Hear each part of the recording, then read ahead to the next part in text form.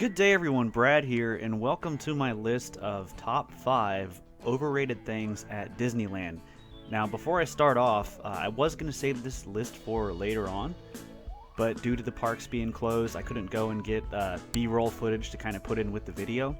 So, anything you see in the background is just going to be kind of random footage I have from in the park. Some of it might be relevant. I'll try to make it as relevant as I can, but if it's just random and not really flowing with it, that's the reason why.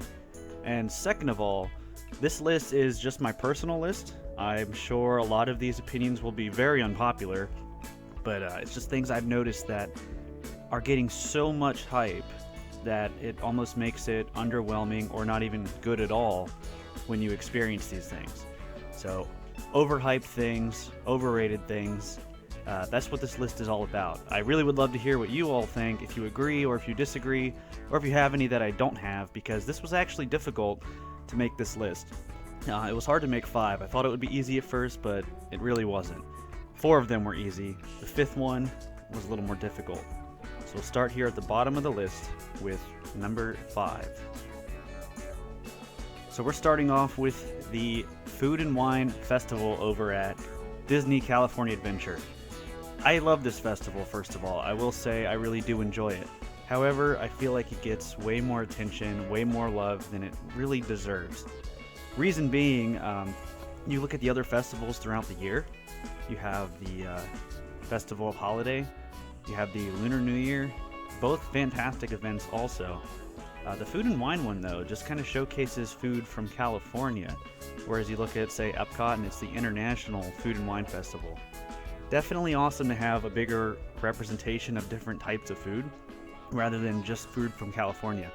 Also, over the years, the festivals kind of run stale, I think. The food items kind of get repeated a lot, even though a lot of them are really good.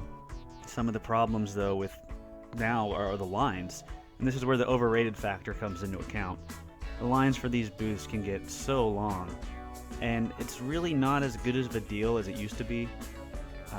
It used to be pretty nice to get the lanyard, buy all the food, but nowadays I'm noticing, like, even SeaWorld in San Diego, their Food and Wine Festival is a lot better than Disney's, in my opinion. And I've started to notice that over the years, that the Disney California Adventure Food and Wine Festival is just not quite what it used to be, and it's getting a lot more attention than I think it truly deserves. Still love the event, but that's number 5 on the list. Alright, so for number 4, we have color merchandise. This started a while back with the rose gold, the millennial pink, the potion purple, now they got like Belle of the Ball bronze, Arendelle aqua, you know what I'm talking about. If you've been to any of the Disney stores in the parks or downtown Disney, you see it everywhere. Not that I don't necessarily like it, I do enjoy some of the colored merchandise, but it's overrated because some people just rush to buy the new products like it's a huge deal. And what's kind of upsetting is, as far as Disney goes, creativity-wise, they don't have to put anything into this. It's the easiest way for them to make money. They're probably laughing at it like, oh, what color are we going to do next week? And it's almost like they just pick a color and pull out a random name, potion purple. Cool, make everything that color, sell it. It's almost like guaranteed income for them. So I do like the merchandise, but as far as Disney, it just seems very lazy to do this. Just make this colored merchandise and then make it in just about everything. Backpacks, ears, spirit jerseys, you name it, everything will have this colored merchandise. So definitely think it gets a lot more hype than it deserves because there's really not much to it.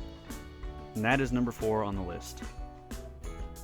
Alright, number 3. Now we're getting to things that I don't particularly care for, and the stuff later on are things that I just don't even like, but we're kind of in the middle here.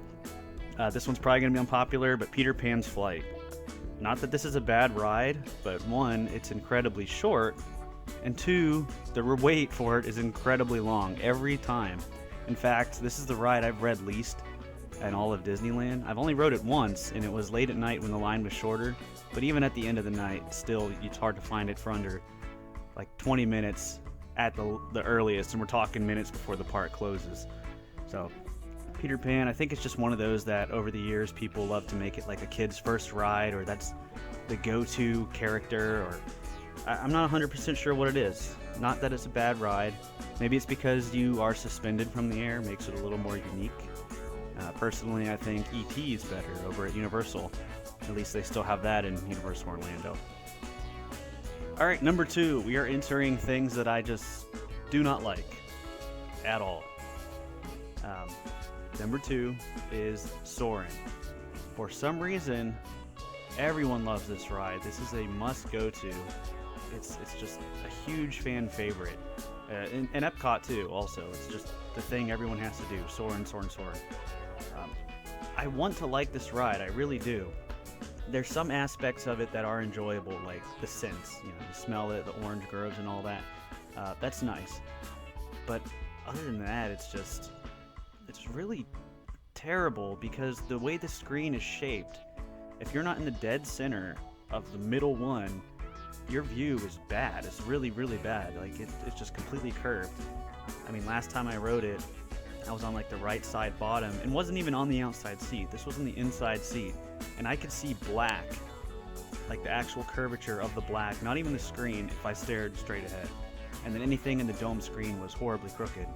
You probably noticed in Soaring Around the World, the Eiffel Tower, how it just looks really bad and starts to lean. That's how everything kind of looks in that ride. Honestly, I think you'd have a better time if you found on-ride footage of it, sat at home and watched it on a TV screen, turned a fan on, and lit a candle. That would be more fun than riding that. Because you barely even move as well. It's like sitting in a lawn chair, and it just kind of subtly up and down. Nothing too wild, nothing too exciting. Yeah, and a lot of people out there love Soaring over California. So much better than Soaring over the World, so much better. I do agree, it is better than that one. Still not good though. And the funny thing about this ride is every couple months or so, I'll say, you know what, let me give it another shot. I'll go in open-minded because again, I really want to like this ride. And I go on it and I'm like, nope, still not good, still not fun. It's just not worth the time. And I don't see how it gets the hype. I really, really don't. Probably an unpopular opinion, but that's just how I feel about Soaring. So that's number 2 on the list. Now, number 1. Dole Whip. Dole Whip, Dole Whip, Dole Whip, Dole Whip, Dole Whip, Dole Whip. I can say it all day. This is a thing. This is like a Disneyland staple. For some reason, Disneyland and Dole Whip are like salt and pepper. I don't know what it is. This is another thing I wanted to like, and it's not bad. I mean, it's pineapple soft serve. It's just, there's nothing special to it. It's one of those things too that kind of, in a weird way, it's not even strictly Disney. You can get Dole Whip other places, but for some reason there's this strong association with Disney. You know, get a Dole Whip, go in the tiki room, all that. And this wouldn't be on this list, or wouldn't really be a problem, if it wasn't as hyped and talked about as it is. People lose their mind for a Dole Whip. I mean, before they opened the Tropical Hideaway, the lines were just insane for a pineapple soft serve. There's tons of better dessert right around the corner at Jolly Holiday. Or even, you know, if you want something cold, go down, get some ice cream on Main Street. Anything is better than that Dole Whip, and it's gotten so out of hand that it's even in merchandise now. That's how you know something is overrated. They have like I've seen like the clothing items and stuff like that about snacks, and I can understand like Mickey bars and pretzels, you know, at least they're shaped like Mickey, but Dole Whip is on clothing. Like, why? It's just a pineapple soft serve. I don't understand it. I don't understand the lines. I don't understand the love for it. I don't understand the trend. It's become a trend. That's kind of what it is. It's a fad. People love the Dole Whip. Disneyland Dole Whip. Disneyland Dole Whip. So, a lot of people like it. That's fine. But I do think it gets a lot more hype than it deserves. So that is going to do it for this list of top 5 overrated things at Disneyland. Now, to be fair, I plan on making a underrated list as well. The things that aren't really getting the love for some reason, and I believe that they should be. So what do you think about the list? Do you agree with any of these items? Is there anything I didn't put on here? Because I may have missed something. There may be something I think should be on here, and for some reason, couldn't think of it. Be sure to let me know down below. But thank you all for watching. That is going to do it. The caravan is moving on.